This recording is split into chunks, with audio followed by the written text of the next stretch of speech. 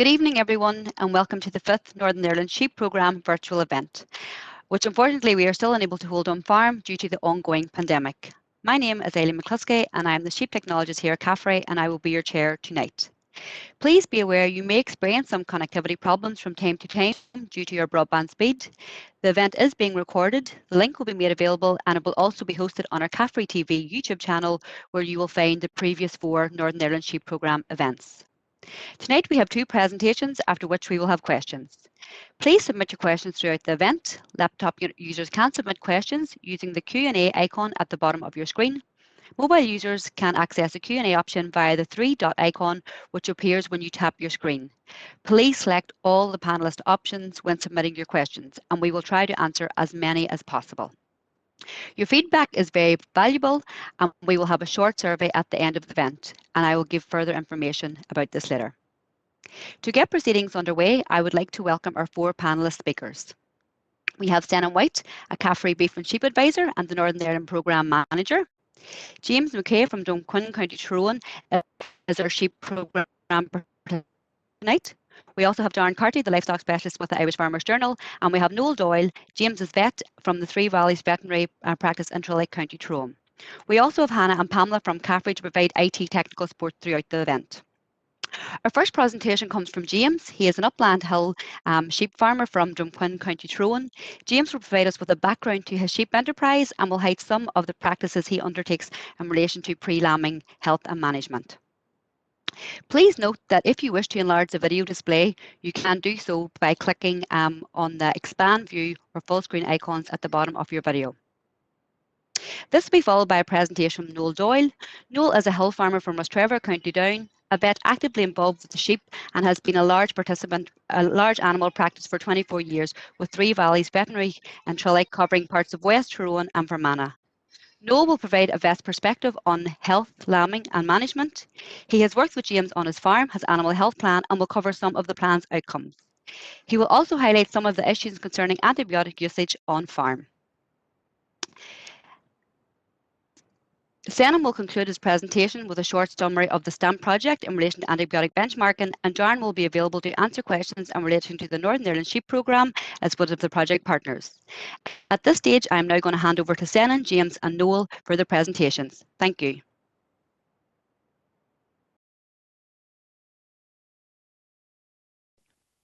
So without further ado, I'm going to introduce our farmer for this evening. This is James. James, how are you going? I'm the best. Good man.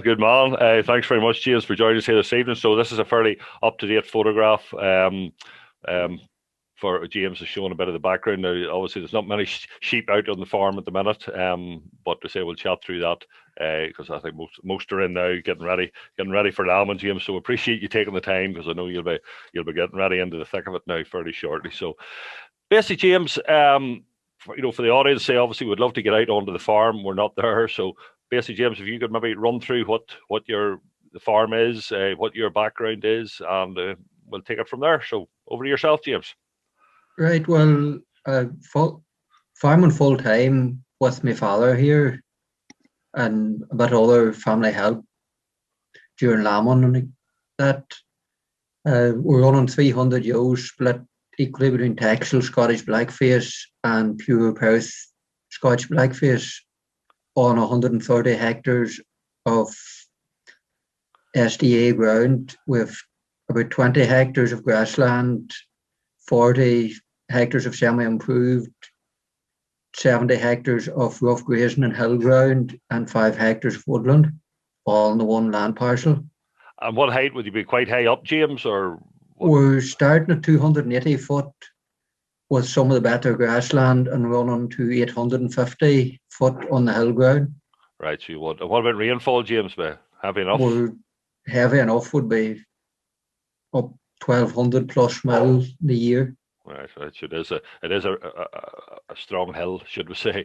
This is just a wee map, James, to show where your land is. And as you say, it is in one main parcel. And sorry if we just show here, if we go back one, this is your main parcel here. Apologies. There's your main parcel. So the yard, James, with the pointer, is that right? Yeah, and then the cutting ground is at field 2A, and 3, which you can't see, but it's to the right-hand side of it there. Oh, yes, down in there. Fair enough. And field 18 and 23A as well will be cutting ground. Okay. And then your hill itself, James, assume this is it. This 40, is... That 45A is the hill ground, and there's a right bit of rough grazing there. Those other 43 and 8, whatever, there's rough grazing as well. So this is mainly where the horn ewes would be. That's the horned ewes territory up there. Right. And just to show, I think with a photograph here, yeah, this was fairly well. I don't know when that was, James. It was maybe that was fairly recently. We had a wee bit of dry weather. It was probably the springtime with the bog cotton out. Right. Very good. So that is the type of ground, and obviously, there'll be a lot of farmers. Obviously, that's your own ground as such. It's not common, James, but yeah, that'll be a fairly pattern of what the rest would have. As regards managing that, James, how do you, obviously there's a fair bit of heather. Would it get ahead of you, or what way do you work with that? It's generally there's controlled burning carried out on it, sort of on a 9 or 10 year rotation. Okay. Sort of up on 20 acres a year, maybe burnt. Okay. Yeah. Very good. So that keeps it as best you can. So fair enough, James. The next wee bit, James, we a bit more. If you want to just chat through some of the things you're doing here, or the numbers you use and what way you breed.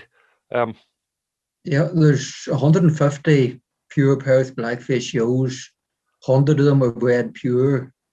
Usually the first 3 years of ewes. Then there's 20 to 30 of them put to a taxel arm for replacements for the lowland flock.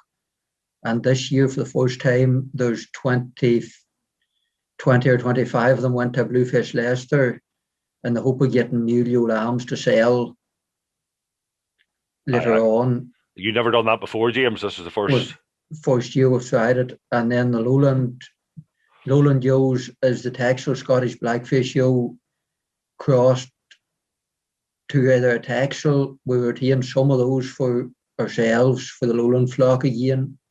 I'll sell one batch of them at least to our regular customers, replacement ewes. And we've tried a Bluefish Leicester on the more taxely ones than this year. Okay. Very good. I'll say there you're keeping your own replacements, when you basically only assume just buying in tips in as you need, James, is that right? Yeah, buying in tips as we need. Okay. Now this third point, James, is something that we're going to chat about. You're having to keep a lot of your ewe lambs. Basically, there is an issue with barn rate, and again, that's what we're looking on with your vet as well. We have been looking at that, a while. So that's been going on, maybe, James, a wee bit of a while, you think, or something's been happening, or there's been an issue for a long time.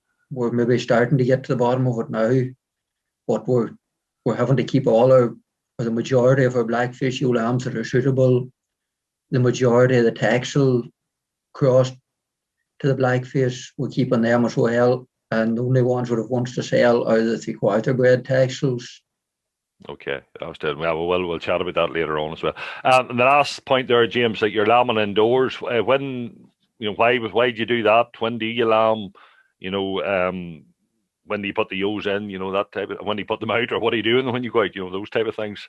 We're lambing, I suppose, now from the 12th of thereabouts of March. It suits our system to lamb them indoors. We're not taking winter grazing. So the ewes is housed from about December time,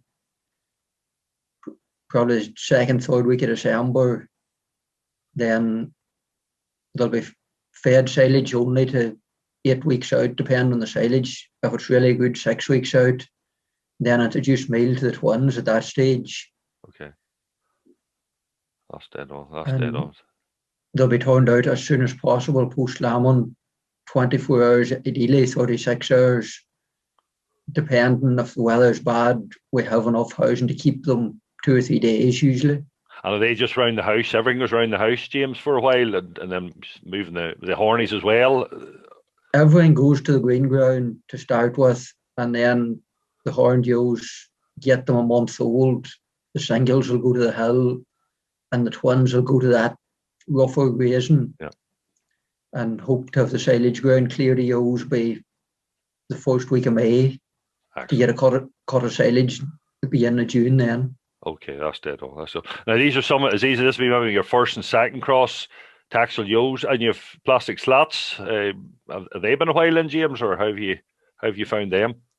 Yeah, that'd be a mix of the Scottish blackface cross taxel yos there, the speckly faced ones as them, and the pure white faced as the quarter taxels. Very happy with the plastic slats. They're in 3, if not 4 years now. You see a bit of stuff there lying on the top of them, but it's gate round with a rake twice a week even, and it'll give very little bother clogging up. Excellent. That's very good. Very good. So we'll have here, say as best, a few more photographs here, which hopefully will show. So these are your tips. That's the tips. You have your 3 Scottish there. You have 3 or 4 Charlie maybe at that stage. 3 taxels and a couple of Charlies, I think there. Right. The blue's not in that there. He wasn't in that one. He was camera shy that day, so maybe he wasn't there that day. But no, that's dead on, James. Then Sean, there's your horn yos in. How have they? Like you're the men of a few years, James. How have they adopted to being house? Should I say?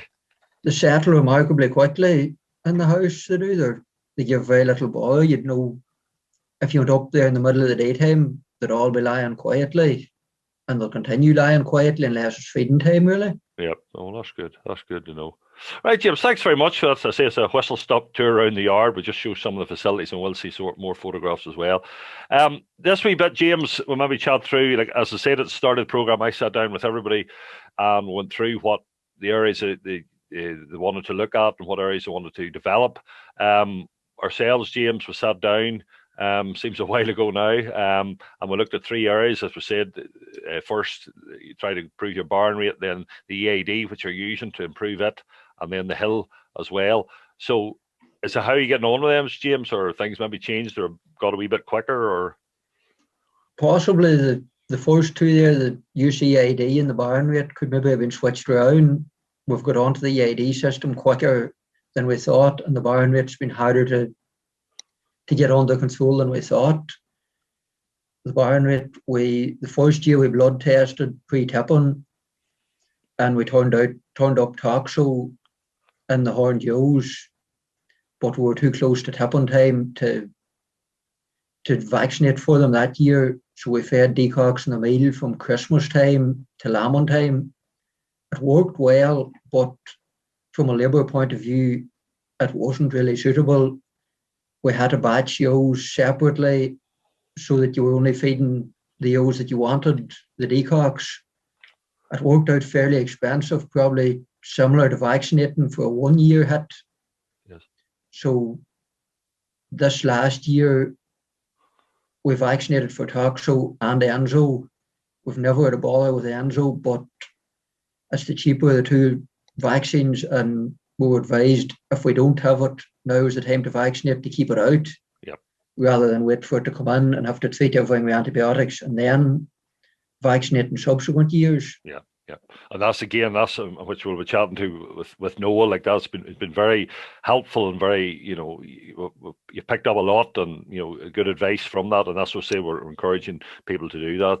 So thanks very much, James. Now the next bit obviously is with all the farms there is the targets, James. These targets will be in the latest edition, which I think is actually today, of all the upland farmers, their benchmarking results for 2020. So these are fresh figures, as I say. So we'll have here the 2020 and the targets. The only difference would be in there in the purple, the scanning rates and the barn rates are literally, James, in the last look of weeks.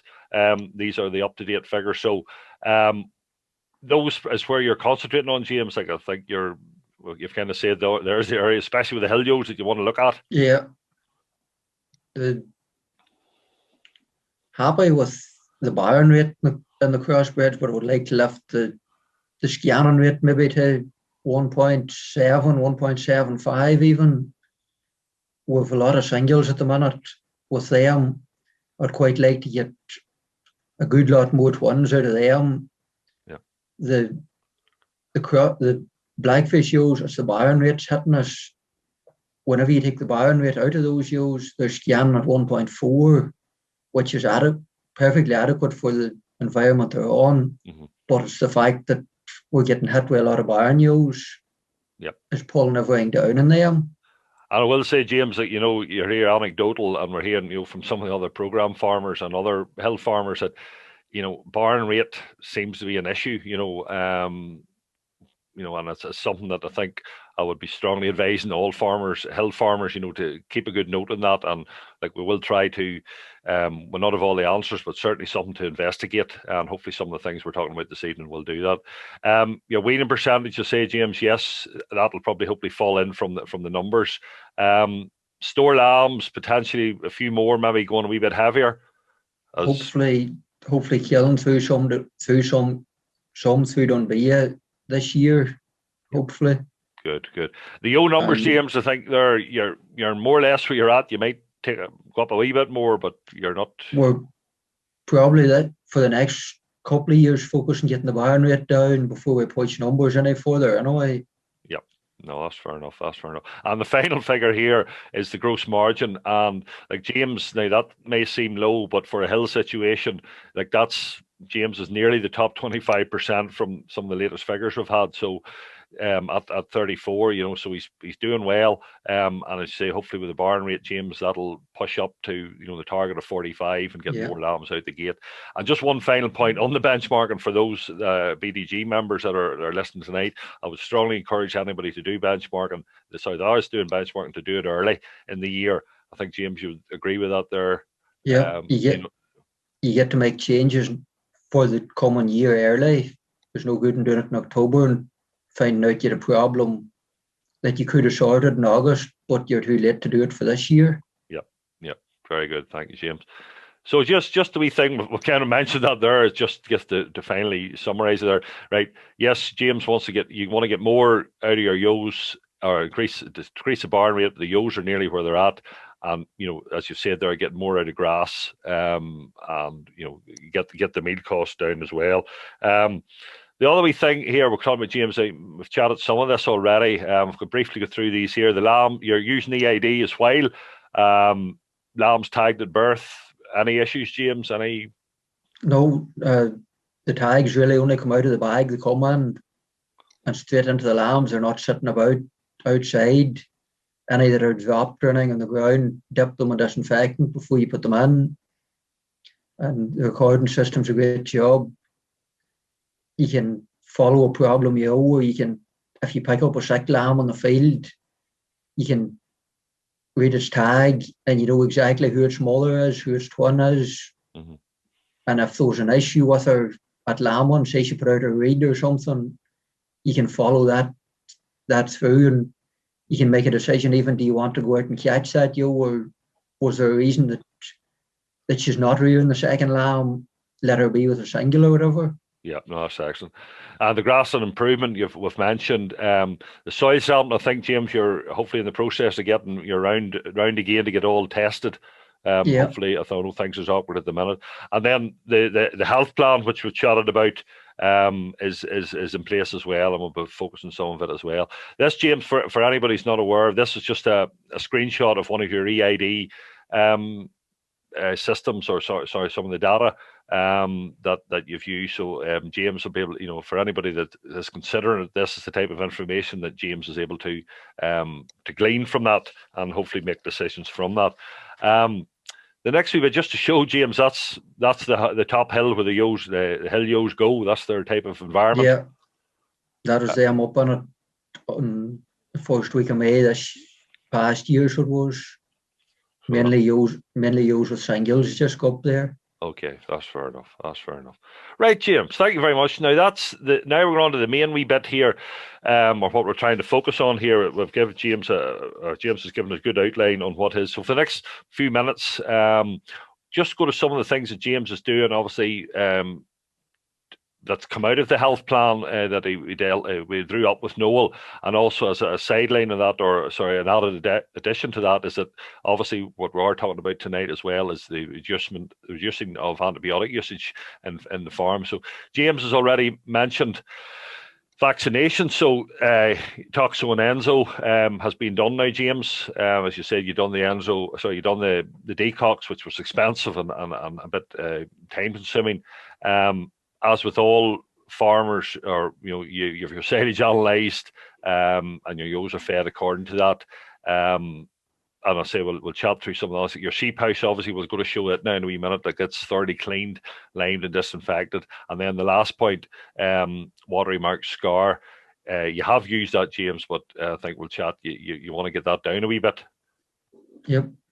Yep, that's dead on. That's dead on. So basically, some of the wee basic things we're talking about here, and the practical things we just want to raise. Free lambing, feeding.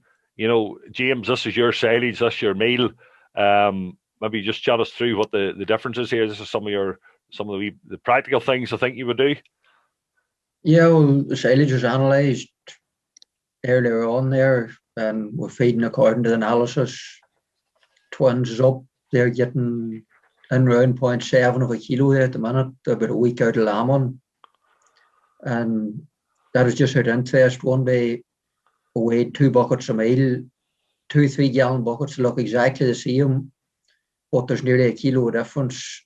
One of them's 11.6, the other's 10.8, I think. Yep. It soon adds up when you're carrying meal to a pen of sheep. Yep. You'll either be overfeeding or underfeeding. Yep. And you'll not realise it. Exactly. But without weighing. That's exactly, James, a very simple thing, and it doesn't have, you ask your true test for your actual weighing, but whether it's even the bathroom scales or something, anything at all would be useful for that. So just a wee tip that we thought was useful. This is just some of the ewes, James, 3 photographs of them eating away here. All seem very, very happy. You just throw the meal over the top of the silage, James? Meal's just threw over the top of the silage. They're all penned according to litter size, lambing date, and body condition score there at the minute.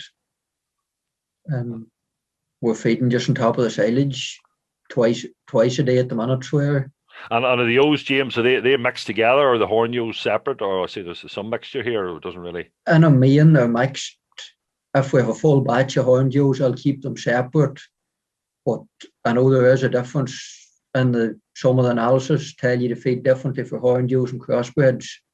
I'm feeding all at the crossbred rate, and I've no bother with horned ewes, not lambing lambs or anything. So, right, so it's working. I'm happy enough. Dead on.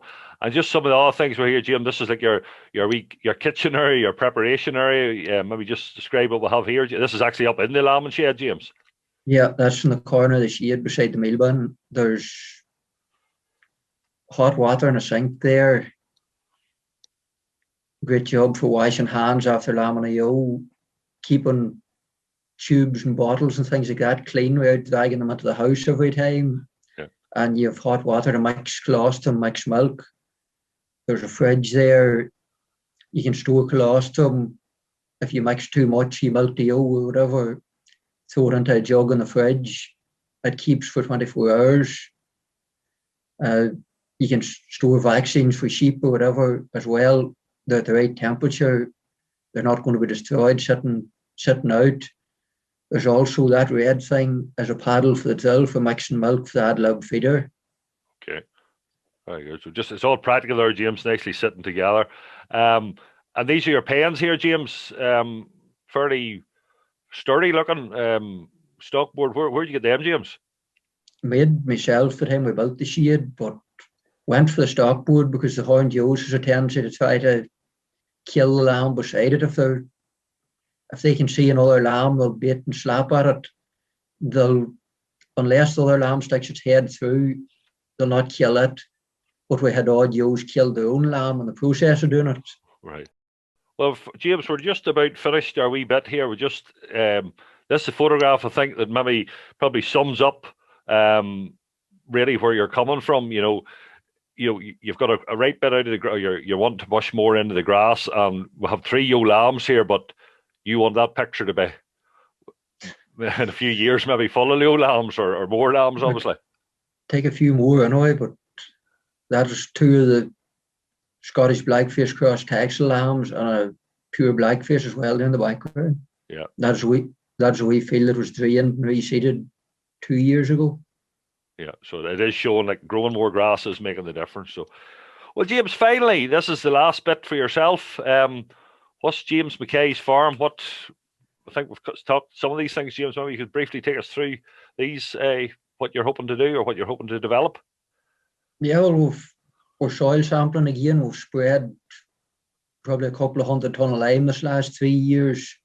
Soil sampling, hopefully it'll show up that we've improved the pH and just check for P and K levels, whatever, and get soil into the right fertility to grow grass.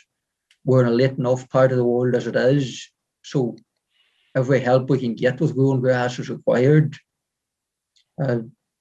Hoping to develop the EAD system a bit more. As you've seen there earlier, with the 2 tests way ahead now, it links to the handheld recorder. So whenever you weigh lambs, it automatically sends the weight to the recorder. So it's the first full year we've had it. So I'll be weighing my lambs at 6 weeks, as that gives an indication of mothering ability, milk yield, whatever in the ewe. And then I'll follow them on through and weigh them on ahead. I'll be able to pick my best ewe lambs on growth weight and ewe milk ability, which should develop the maternal line on ahead. Brilliant. If I could get rams with EBVs and the breeds I'm looking for, I'd be happy to buy them, but they're very hard to get in this country at the minute. Hoping to reduce the barn rate. We're working on it, but it's slow progress at the minute.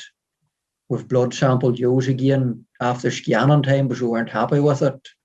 We've done mineral profiles and whatever on them, hoping to turn up something. They're bolus twice a year, but we'll possibly go with a mineral drench as well, just to top that up pre-tipping this year, to see if we can sort that problem out. Now that we're vaccinated and everything else should be right, and hopefully take more lambs to factory kill weights and get them away through Dunbia, and hopefully have ewe lambs to sell as replacements, which should improve the gross margin considerably. No, James, very commendable, and I say you're always say like nothing's going to change overnight. You've looked at the problem, you're looking at it, you've investigated with your vet, and with ourselves as well. So that's all I would say to anybody out there. If there is an issue, note it down, work through it, and help will come out. So basically, James, thank you very much. That's your bit. I'll let you have a rest now, and we'll be finishing up here now, and we'll be handing over to Newell now, and he give a vet's perspective on health and management. Well, so for now, James, thank you very much, and we'll be chatting to you after a wee while. So say, folks, just a quick introduction to Newell. He has been introduced earlier. So say Newell is a vet from my local area who's been in Tyrone for a few years now. And Newell worked with James and myself, drawing up James's health plan. So we thought it was apt that we'll bring Newell in this evening. So thank Newell for his time for that. So I'll move on, Newell, and the floor is yours. Okay, Simon. Well, firstly, thanks for giving us this forum, like at least a chance to chat to a few sheep farmers. And thanks, James, for asking me to do this as well. So just a wee link maybe to James's, just as a follow-on, like to try and improve James's fertility in his black-faced ewes. Like before, like I'd put my hand up and say I'm a black-faced sheep breeder, and there is a bit of an issue in black-faced sheep in maybe trying to get this barn rate sorted out, and maybe just the number of lambs. Once you get past the empty ewes, black-faced ewes seem to produce lots of lambs. But it's just getting past this sort of number of empty ewes, especially in the younger ewes. First lambers, it does seem to be a wee bit of an issue. So we've approached James's, we took bloods like last year, and we took bloods again this year, and he had a bit of a toxo issue, and we've tried to address that. He fed decox last year because it was too late to vaccinate, and we've subsequently vaccinated there in last August, September time. But still, this year's the scanning hasn't been as good, but there has been other issues, possibly with the ram not working, and it's muddied the waters a wee bit. So it's an ongoing process. Our toxo, we've bled the ewes again, and the toxo results aren't back. It shouldn't really be a problem now that they're vaccinated, but it doesn't always do what it says in the tin at times. So I'm I'm eagerly anticipating the toxo results. So the blood analysis of our ewes, when to do that? best time would be to do that, I think, just maybe as soon as, like after scanning and you've got empty ewes, that's a good time to get ewes blood tested. Because especially with hill ewes, if they're coming in off the hill, if you have got a mineral issue, that is when it's going to show up. Like if you maybe bleed hill ewes in the middle of summertime, it mightn't just be as obvious. So I think that's a good time. James houses his ewes early. The biggest reason is James has had a major issue with fluke on his farm. Like we're out in the West Tyrone here. There's high rainfall, and other places may get high rainfall, but they're in dry hills. James's hill would not be dry by any stretch of the imagination. And they were struggling to keep, I think, maybe ewes alive from a fluke point of view. This is maybe historic. So like James is fluking ewes from August on, and then he's sort of housing ewes from December on. And because as soon as you get ewes off ground, you can get ahead of fluke. Like my advice for fluke in the West here is to be fluking ewes nearly once a month. Well, at least maybe 5 weeks if it's not a month. And we have to avoid triclobendazole products. Like Fastinex is no use to us because we've got resistance issues. So we're down to 2 products. So my advice, and this is within James's health plan, is to alternate between sort of closanthol based like Flukiver and like nitroxanol based like Trodex. They'd be 2 good fluke agents. And if you be alternate from 1 year to the next. And then, as I say, James sticks his ewes in, even his blackie ewes, they come in from the start of January. And then they're done at housing, and they're done a month later. The second dose after you house ewes, if you're coming from a fluke area, is the most important one. None of the fluke agents kill all the fluke. There's always immatures left. I think Flukiver and that, they claim to kill them down to 5 weeks. So if you house ewes and do them on the way in, you'll still have a small population of fluke. If you dose again, a month, 5 weeks later, you're going to wipe that out. And it's vital. Like my view with ewes is you try and keep them sort of at a fairly constant condition score all year. Ideally in round maybe a 3. And to achieve this, you have to have a good fluke regime. If you have ewes carrying fluke coming up to lambing, you're just losing a lot of your feed. So, and then the other issue that's turning up is OPA. Like this is your, well, another name is Yaxidi. This is your chronic disease of sheep, where it affects the lungs. The lungs basically solidify, become sort of like maybe liver-like. So the ewe shows exercise intolerance. If you put the dog behind them and you have a batch of 50 ewes, you notice 2 or 3 coming slow at the back, consistently slow. And you handle them ewes, they tend to be lean. If you watch those ewes carefully, they're breathing faster and shallower. They'll be your clinical signs of OPA. So ewes that are well treated for parasites, well grazed, but they're just leaner than the rest of their comrades, I'd be concerned about OPA. And the best approach there is ewes showing clinical signs should be culled immediately, and maybe the rest, they could be scanned. You can scan for OPA. It's not a black or white science. There's a bit of depends on the operator, but you could maybe get ewes that are identified from scanning, and then you go and slaughter some of them ewes, and some of them don't turn up lesions. We've tried it, but like it's a good management tool. If you're condition scoring your ewes and checking their exercise intolerance is a good start, the scanning would come in behind that. But it's just a case of trying to get rid of ewes so they don't spread any more to the rest of the flock. And 2, you can still get rid of them when there's a cull value with them. So, but that's just a few things that James on his blackest ewes he's trying to sort of get on top of. So, right, this is back to, I suppose, the amount of antibiotics that we're using in the sheep flock is I was sort of a wee bit shocked. We've got another slide in a minute or 2, it shows the amount. But there's 4 areas where there's a lot of antibiotics used in sheep.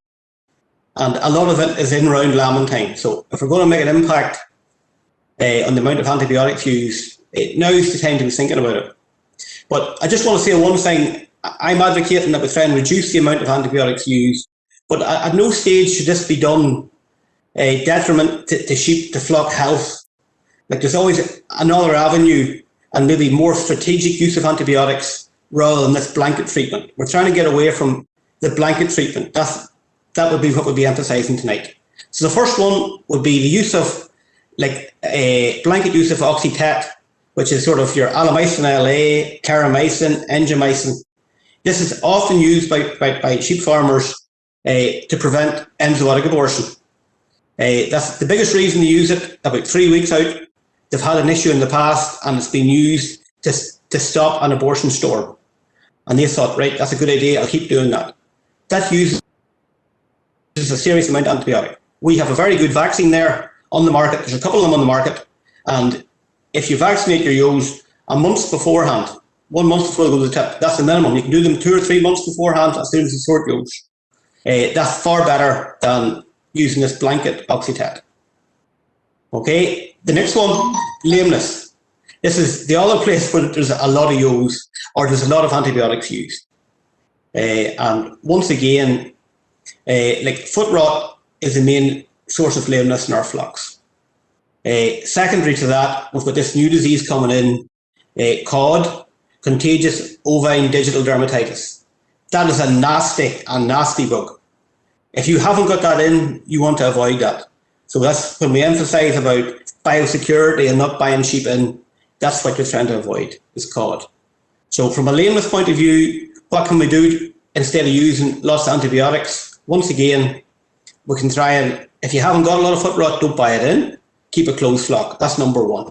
Number two would be, there's a vaccine for it, Footvax, and it's a very useful product. If you've got a big issue with lameness, you might have to do use twice initially. But if you've only got a minor lameness problem, Footvax once a year will control it. And there's a fierce labour, a lot of labour used in treating lame sheep. So if for any of our older farmers out there, I know my father thinks Footvax great because it's got less times to gather up sheep and having to look at feet. Just quickly, we'll be going through joint ill and watery mouth now as we chat about in-round lambing, but sometimes farmers would be injecting lambs like blanket, maybe a half a cc of something like Noraclav or Sinulox at lambing to control joint ill and navel ill. There's better ways of controlling that. If you've tried them, like we'll be going through them in a minute, but just blanket treatment, we'll have to try and get away from that. And then watery mouth. This is just this is a slide I seen on a talk myself 12 months ago. And it just shows the amount of antibiotics used in the farming sector in the UK compared to Ireland, right? And then the green in the UK column, that's the amount of antibiotics used in sheep and goats.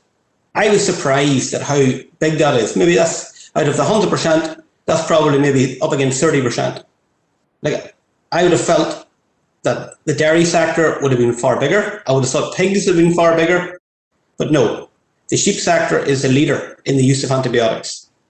So that's something that basically we can't really keep going like that. We have to reduce the amount of antibiotics used. Next slide, Shannon, please. So how do we go about doing that? So this is where most of our antibiotics get used in round lambing time. So where do we start? We'll start with good clean sheep, a good clean environment for lambing. And like the group playing here to the left of the slide, like that's sort of like clean straw, perfect.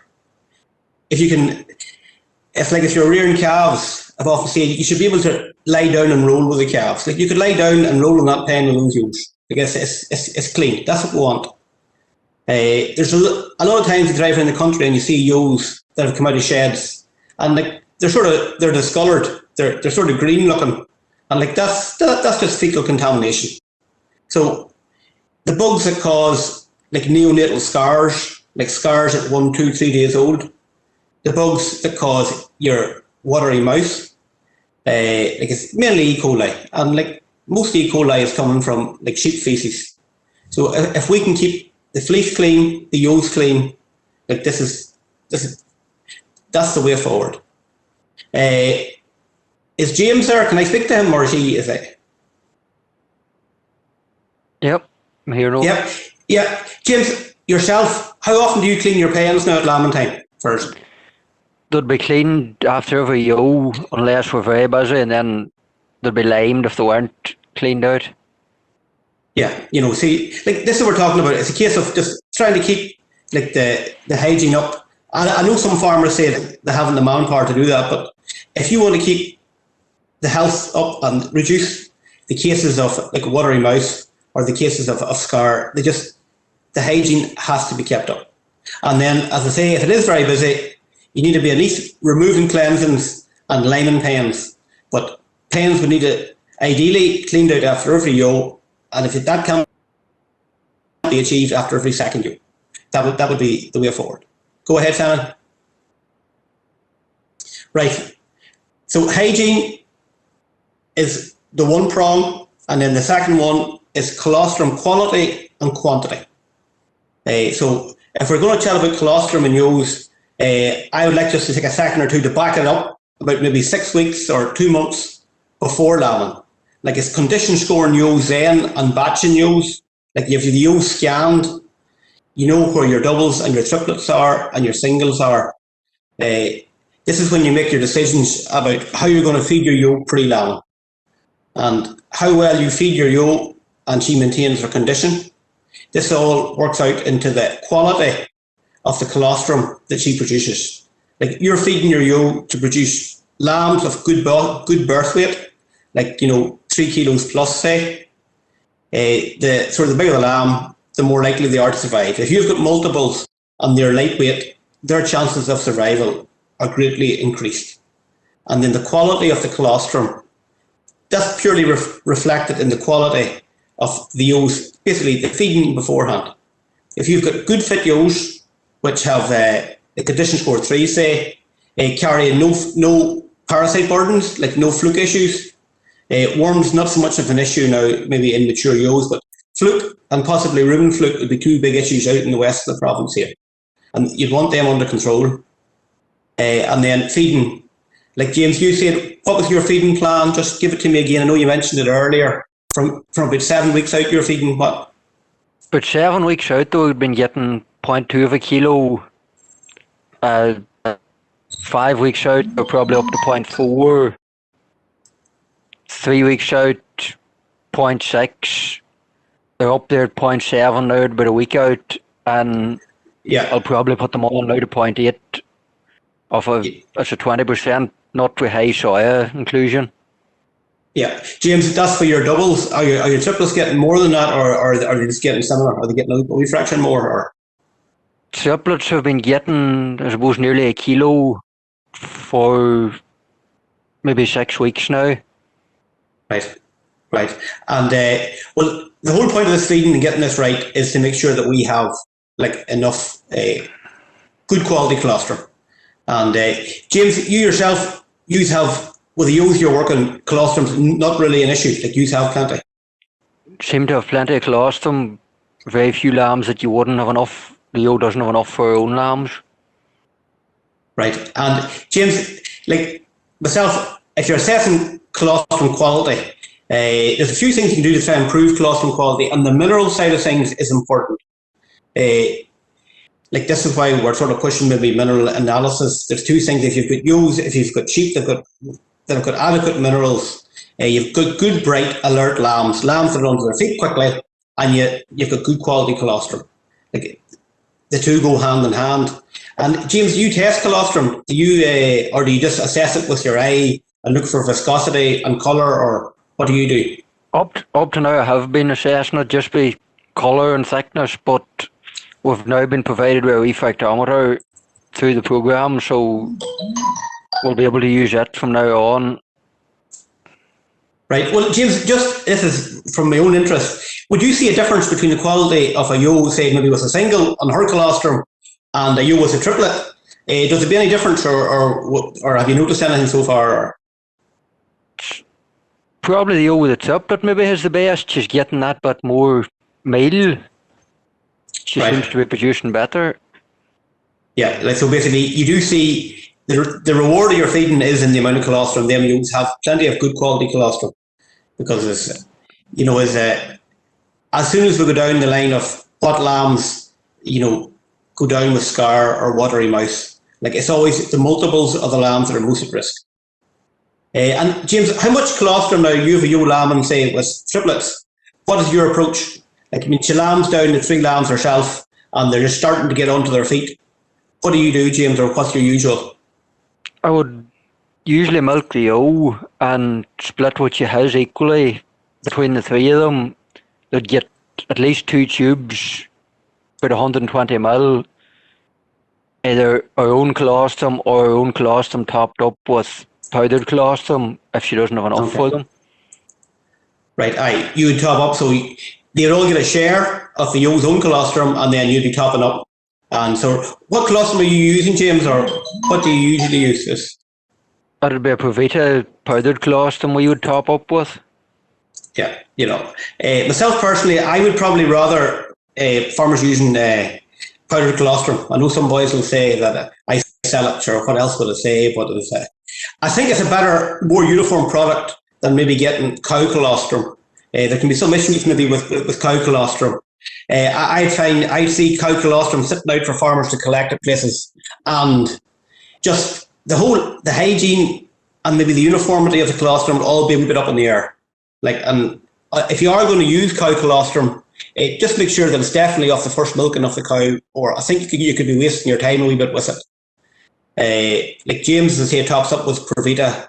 There is colostrum out there. There's a calf choice total, which is based on cow colostrum. It's artificial, like it's based on cow colostrum. It's made from it, and it actually has antibodies in it. If somebody wants to go the whole hog and go for a real top-notch colostrum, but it's expensive compared to the likes of Provita. Provita provides a lot of energy. It's a good supplement to the ewe's own colostrum. That's the way I would definitely look at it. But the one thing is, just when you see all these pictures of stomach tubing lambs, and it's just the hygiene around all of your equipment is vital. Vital. I couldn't overemphasize that. Sometimes farmers wonder why you get sort of watery mouth starting and it's going from pen to pen or lamb to lamb. Just sometimes you could be spreading that yourself. Just be very wary. That's why when we've seen James's set up there, where he's got a sink, hot water, just everything needs clean and disinfected from between lambs if you can. So what else we need to do is dipping navels, vital. And my view is I would always use strong iodine. On some farms, iodine doesn't seem to handle some of the bugs that's there. Some of these things can be very farm specific. They've tried iodine and it's just not working. They're still getting a lot of sort of like naval abscesses.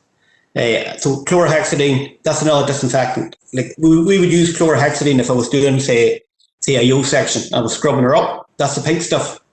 Chlorhexidine, there was never as much use as was used this year for hand sanitizer.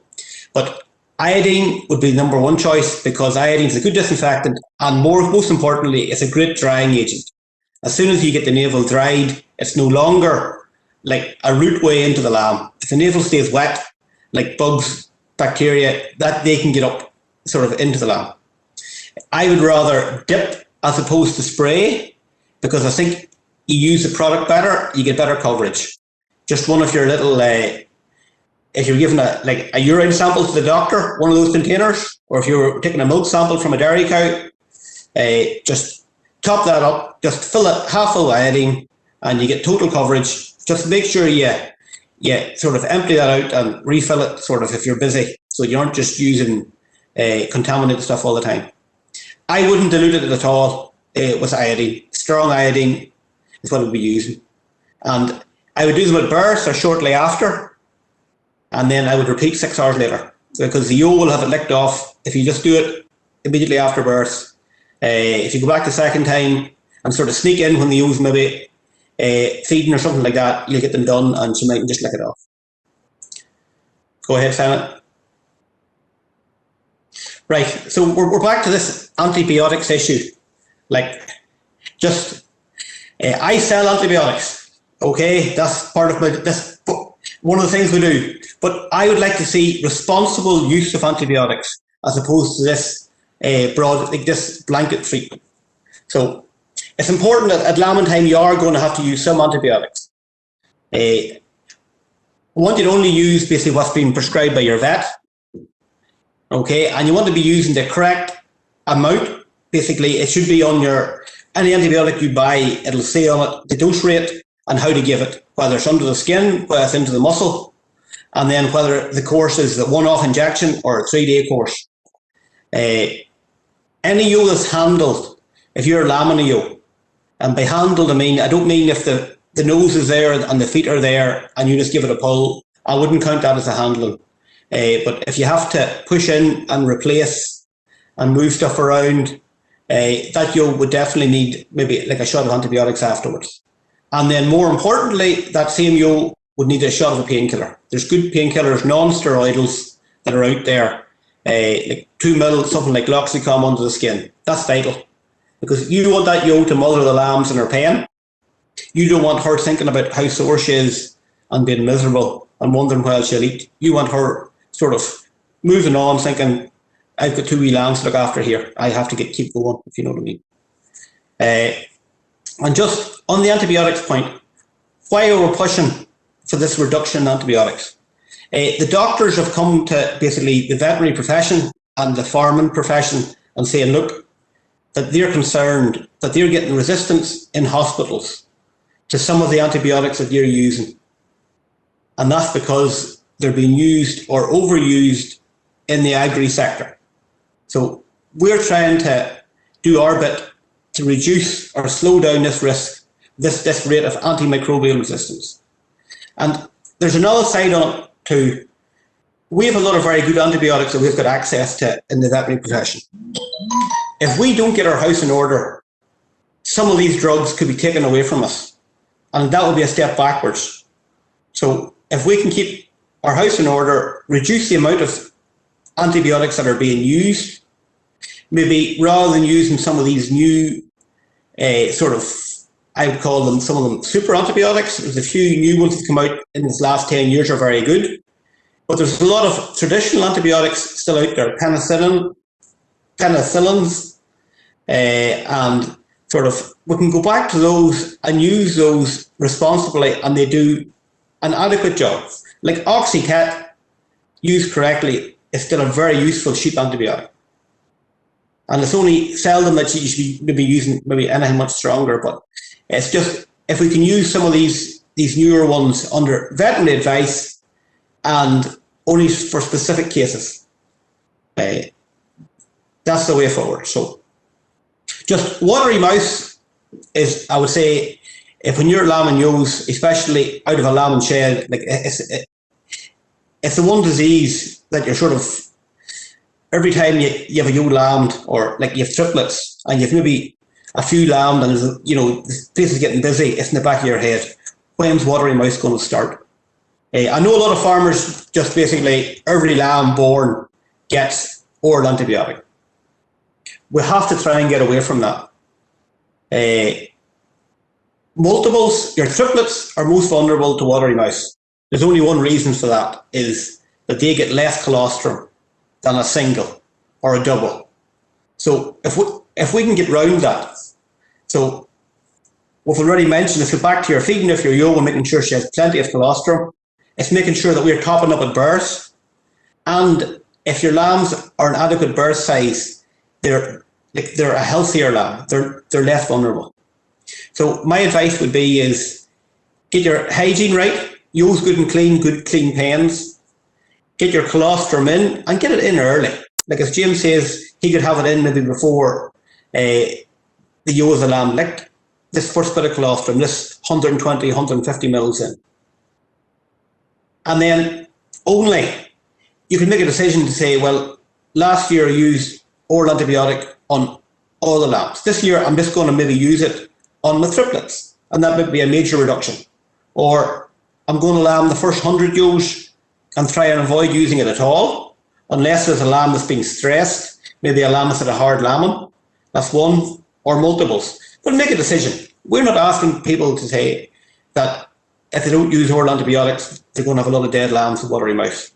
We just want people to try and see if they can change their system a little to use a little less antibiotics. Like that's the sort of the way forward.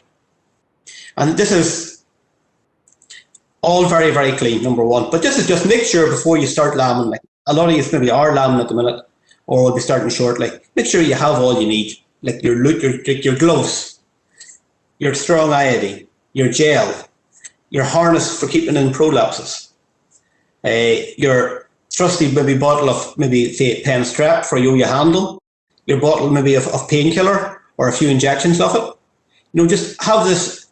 If you have it at your hand, you'll use it. Maybe there's a bottle of Spectam there. You'll still need that for maybe your triplets. Okay, and have the adequate number of pens. If you want to keep hygiene good, just you're going to have lots of pens. So, and this the equipment all here is spotless. It's a bit like James's. It's that's what I want to see. I be in lambing sheds, and I know when the whole thing gets busy and you've been lambing for 2 weeks, it mightn't just quite look like that, but that's what we're aiming for. Just going to head on to the next bit here. So no, so I can cover this bit, Noel, so I'll let you have a bit of a rest. So thanks very much. Noel will obviously be here for questions, folks, and I see we have a lot of them, so I'll quickly go through these last few slides here. I say Noel has said obviously about the antimicrobial use on farms. I'm just going to briefly mention here a project called the STAMP project, which you may be aware of, and I know Noel from the veterinary side is aware of this, but it's basically called Strategic Antimicrobial Use in Dairy, Beef and Lamb Production. So I'd like to thank AgResearch for providing some of this background information. So it's co-funded by DERA under the Research Challenge Fund. AgResearch is the lead partner, API is a research partner, and there's also industry partners, Animal Health and Welfare Northern Ireland, the LMC, and Farm Vet System, so they're the partners within the project. So basically what it is, it's a benchmarking tool, an antibiotic benchmarking tool to use on farm.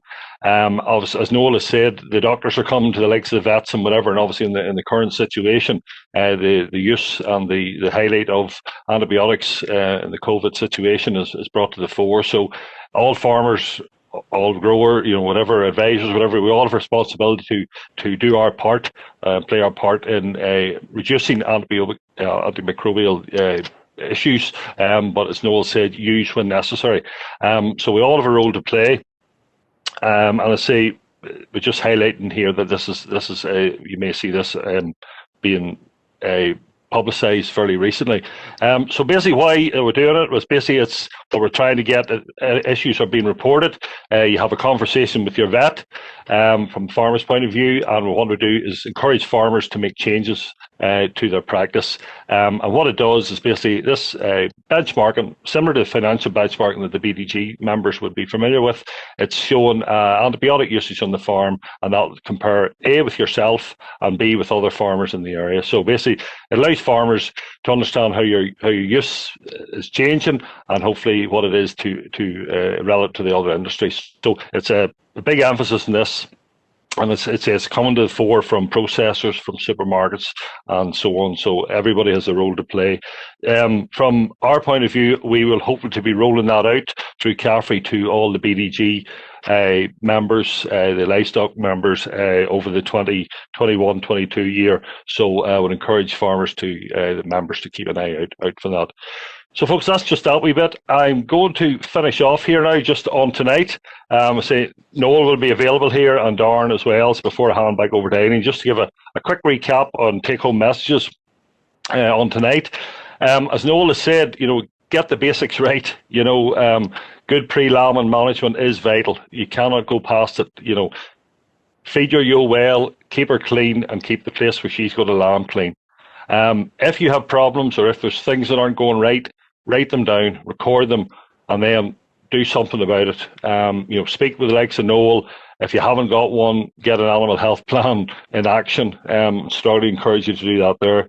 As I said, antimicrobial resistance is an issue.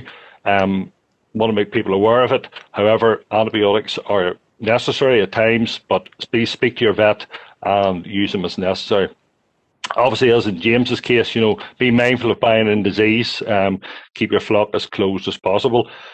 And finally there, in red, where you can, and Noel has emphasised that very strongly, vaccinate, whether it's for foot problems, whether it's for abortions or whatever you can do, whatever vaccinations you can do, speak with your vet and draw up a plan on your farm. So say prevention is better than cure. So folks, thank you very much for that. That's us. And in terms of the presentation, so we'll hand back over to Eileen now and see if there's any questions. We're more than happy to take them. So thank you very much.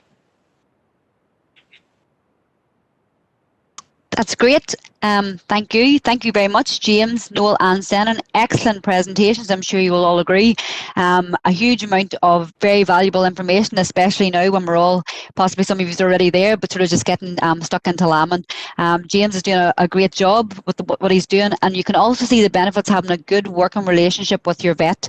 Prevention is always better than cure where possible. We have got quite a few good questions here, folks, so I'm going to get stuck in. I'll maybe just start with James, because a lot of the questions that are coming in are very much focused in and around your system.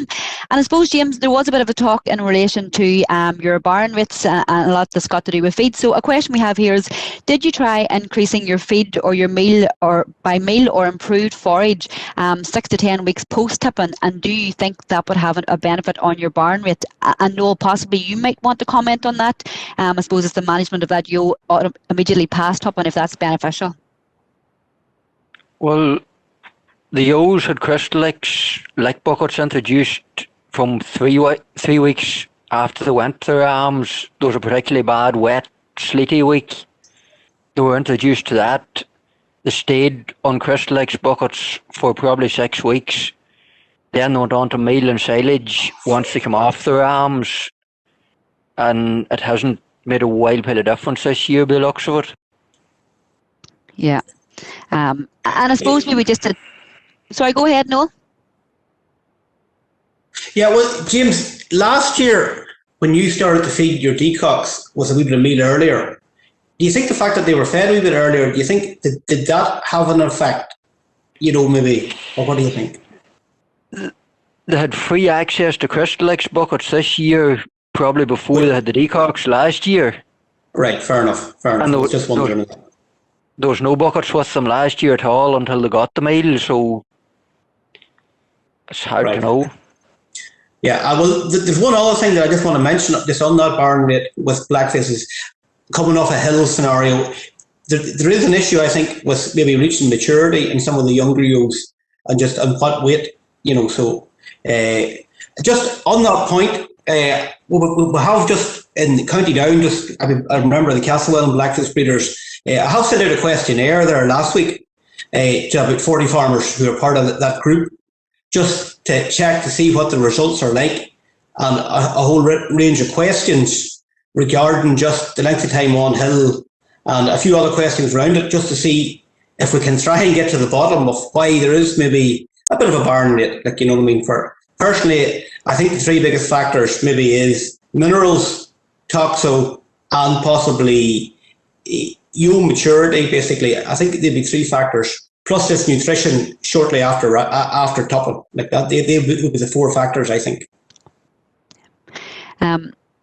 Yeah, and then there's another question which links vaguely to that. I understand, I suppose, the age, but in relation to your lambing date, James, your lambing date seems quite early for a hill farm.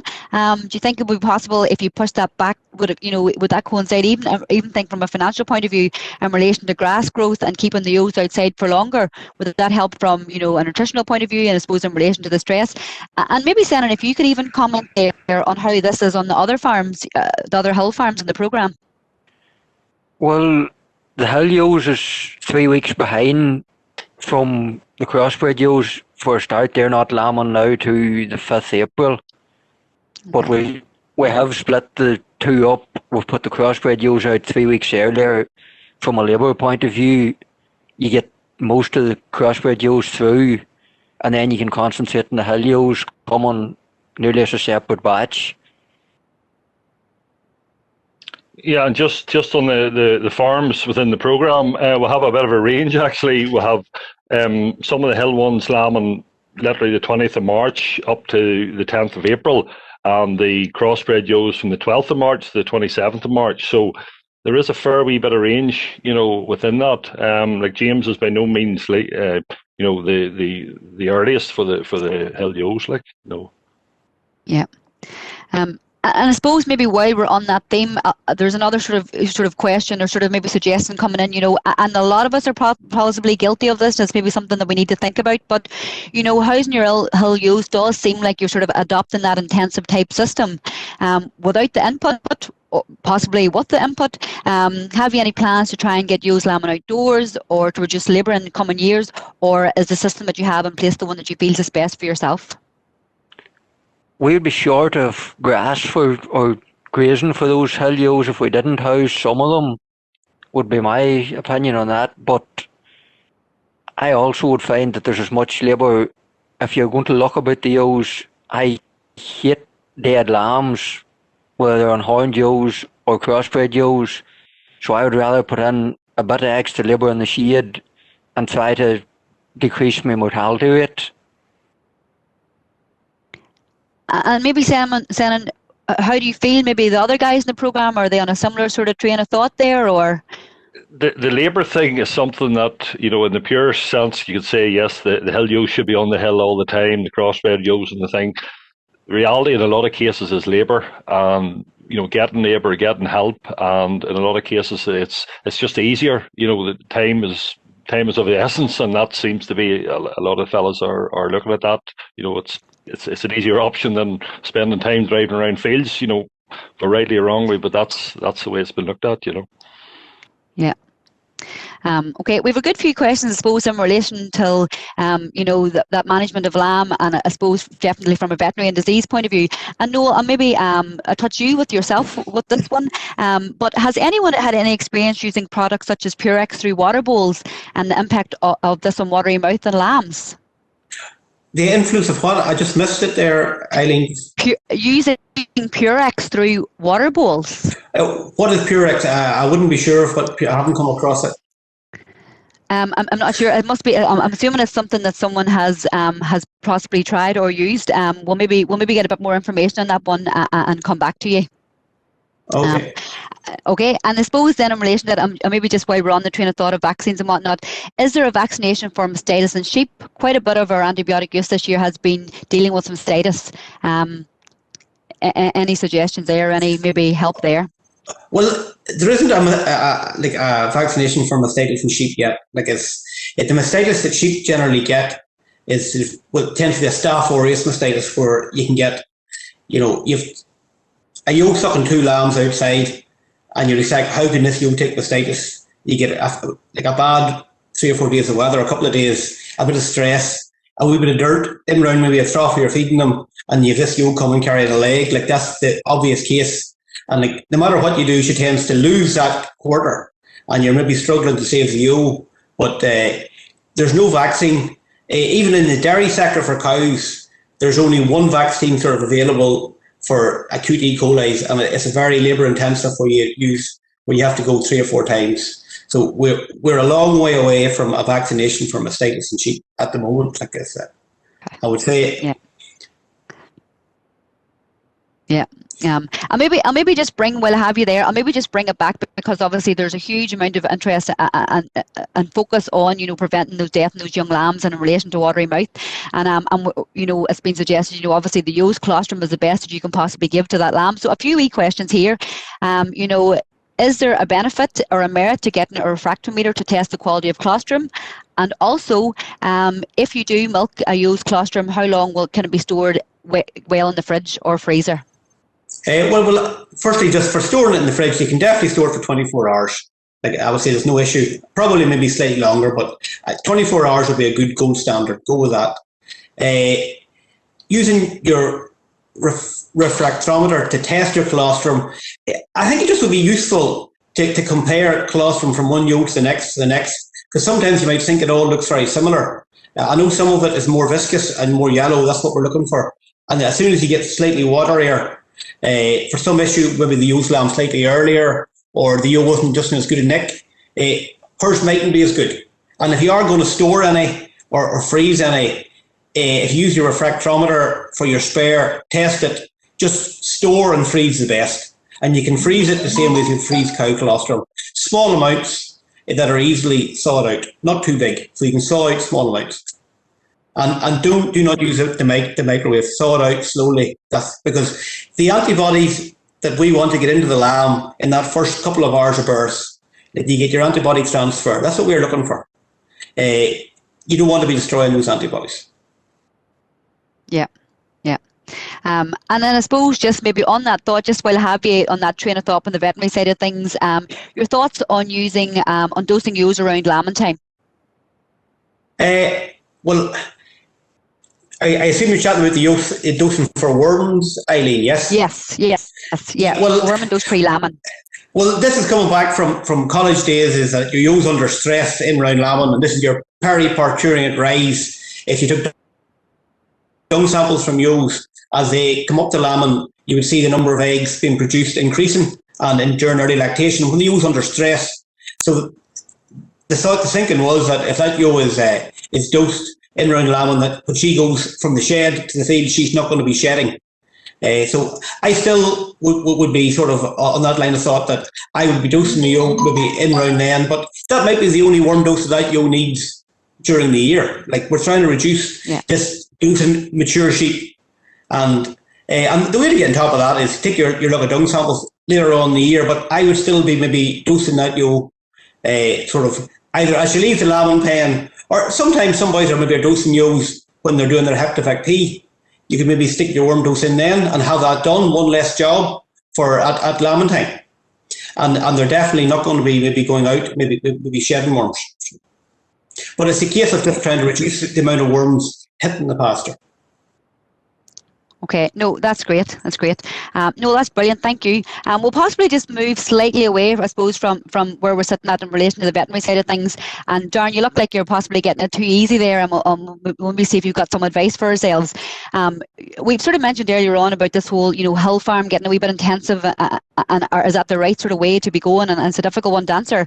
And I suppose maybe taking that into consideration, we've been reading about the performance of hill sheep systems in recent weeks, and particularly improved scanning rates. With some of these farmers be better to increase their low lamb flock numbers, retain a small sort of flock of hill sheep for better quality ground, and then take a sort of like advantage of the challenges of getting them back up in the summer again. From the likes of yourself and maybe some of the experience you've had with these different hill farmers, would you have any sort of recommendations or suggestions? Yes, Eileen, I suppose that's a consequence of say, I suppose maybe doing a good job, and some of the farmers doing a good job is if there's more grass around, scanning rates are increasing slightly, and there is a happy medium before you go, because we all want to drive output, but if we drive output too much, we end up having more of our twin, say, suckling lambs and ewes down on green ground or in by grazing or whatever, I suppose, the different farmers phrase it. And there is a risk in that once vegetation starts getting out of control, is trying to get the sheep back up there. And like I've seen some farms that have done that. Say some farms, there might be a few years, say maybe ahead on the Chagas sort of program, where they've had experiences, they've increased, say maybe lowland numbers are brought in a percentage of that to keep the pressure on the ewe and try and maintain that happy balance. Now, I suppose that's a hard concept when we're trying to increase numbers.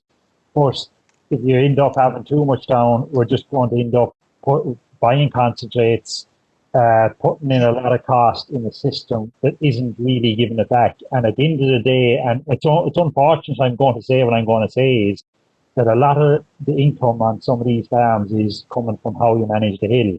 And if we put that at risk, we're creating more challenges as well. So I do think that we need to have a relook, and that's something we'll be looking at. Sinan is looking at the program there is with the environmental side of CAFRE is the condition of these hills and how we can bring them into a more productive state, that even if the increase in litter size is going up, that we get more out of the hill for longer during the year. Yeah. No, we see that problem, across hills, and like you say, a lot of the time, a huge amount of the income, and possibly going forward, I mean, we don't have a crystal ball, but that might be where it's generated. And I suppose farmers are like the rest of us, we like to follow a trend, and someone has sort of suggested here, is the trend for these, this chasing this lowland replacement market, breeding these fancy replacements are going to get a high price. Is that in some way, do we think that's going to cause an issue? We're chasing a different ball and maybe taking our eye off the ball that is managing in that hill. And have you any, suggestions or how is that responsible for maybe some of the situations we're in?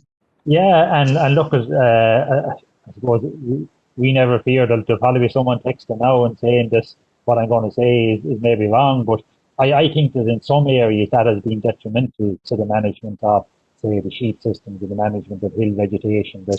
And it's chasing, I won't say chasing the show, but it's chasing maybe higher prices. And look, every farm has to improve, and we all have to, I suppose, maybe improve our own stock. But I've seen some farms that have maybe taken on more Lanark breeding for sort of your sharper type mule.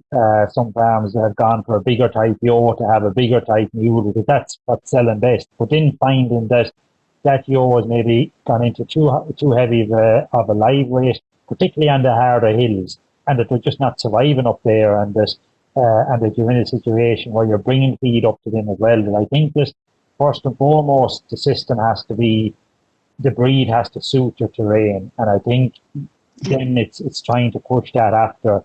And like, look, we all want to improve genetics. There is genetics that can be improved on the ram side to try and bring a bit more, I suppose, maybe quality into that land. And the one area where the hillside, I think, is really lacking on this, and we do have to hold up our hands, is the whole area around genetics, genotype, and block books. Like, there is a massive role there for north and south, like right across, I suppose, all hill systems in trying to drive that forward, because there is a superior performance sheep at a given live weight in every breed strain, and I think it's trying to identify them and trying to get a program in place, and that's something we need to move towards. Yeah, and it's great to see that those thoughts, and it brings us quite well on the next question, those thoughts are in the minds of our listeners tonight, because a great question has come in, has DNA a role to play in getting to the bottom of barness and blackface ewes? And I do think also, is there a role to play in, making sure that we're breeding the most appropriate ewes for the hill? I mean, I'm happy to throw that open to both James, Darren, Senan, yourself. I mean, whoever maybe wants to have a go at that first, or maybe yourself, Senan. Where is the likes of flock recording and DNA? Where does that sit within the program, and how important is it to the guys in the program? Well, it is. Well, it's probably something down the line yet, Eileen, to be honest. A lot of the production stuff we're trying to improve, but yes, the whole, I know, within CAFRE ourselves, there was like a genomics project going in and hopefully rolled out in the next period of time. So, yes, it is something that needs to be done. Something needs to be done. And yes, we'd be very much, the farmers in the program would be very much on for that type of, to get down to that level of scrutiny to see is there help to be there. As the farmers have said, every one of them, about EBVs. Any sort of help to help breeding. Yeah, very open for it. Very open. But even in the blackie, Senan, like, we all hill blackie farmers probably would say that their empty hogget ewes tend to just get through back to the hill. They tend to be retained, if you know what I mean. I do think myself personally that the ewes that are empty as first lambers, I think if they were maybe immediately taken out of the equation, and maybe that might be a step forward, if you know what I mean. It's whether those were smaller ones or younger or for some reason, but other breeds wouldn't tolerate those empty ewes, whereas I know in the hill breeds that the empty ewes tend to get back out. Some of them come back in the next year and have maybe a pair of lambs and the whole thing's okay. Sometimes maybe they don't, but that's something I think that possibly needs considered, because I think from a genetic point of view, you've got a pool of animals constantly, that maybe are running barren, if you know what I mean. Like, it's definitely not helping the issue anyway. Yeah, it's probably something all that, say, from research point of view, it would be great if that, say, what Senan mentioned there about that genomics program. But even if we got a program up and running like that, even with farmers, and we're tracking even sheep barren one year, what's coming the next year. If a farmer did decide that I'm definitely keeping these, because look, we're working with a group of farmers that at the end of the day, it's all commercial decisions. So if they decide that they're keeping them, that even that we have a record of them, and I know some of the farmers are doing that now, to know, and even James with his EID, it'll be refreshing to see what yours are performing, or if there's any sort of trends or that comes to mind over the next couple of years.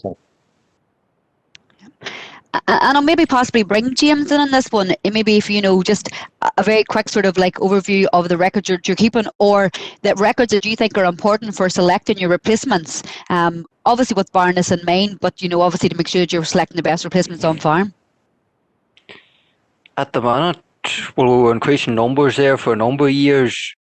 We had bother that was basically culling the very worst of them and keeping all the blackies apart from anything that had a physical defect of some sort. But going forward, you'd be aiming for the best growing lambs out of the most, probably your earliest lambs as well, because those are your most fertile ewes, have tipped in the first cycle, and your best growing lambs to 6 weeks, because that's the ewe's milk coming through to 6 weeks. Yeah, no, that's great. And I'm not sure, Shannon, if there's anything maybe that you would want to add from a programme point of view, the sort of records that you're recommending to the guys in the programme to keep now, from lambing through, I suppose, to weaning, to try, and help, make sure that they're selecting from the most prolific and most suitable ewes. Yeah, well, obviously the remit of the programme is to help the individual farmers, but that's to go out to everybody else. Obviously EAD is a great system. I would say we have a fair few of the farmers with it, and we're just encouraging those, and James is a great example that he is using it more.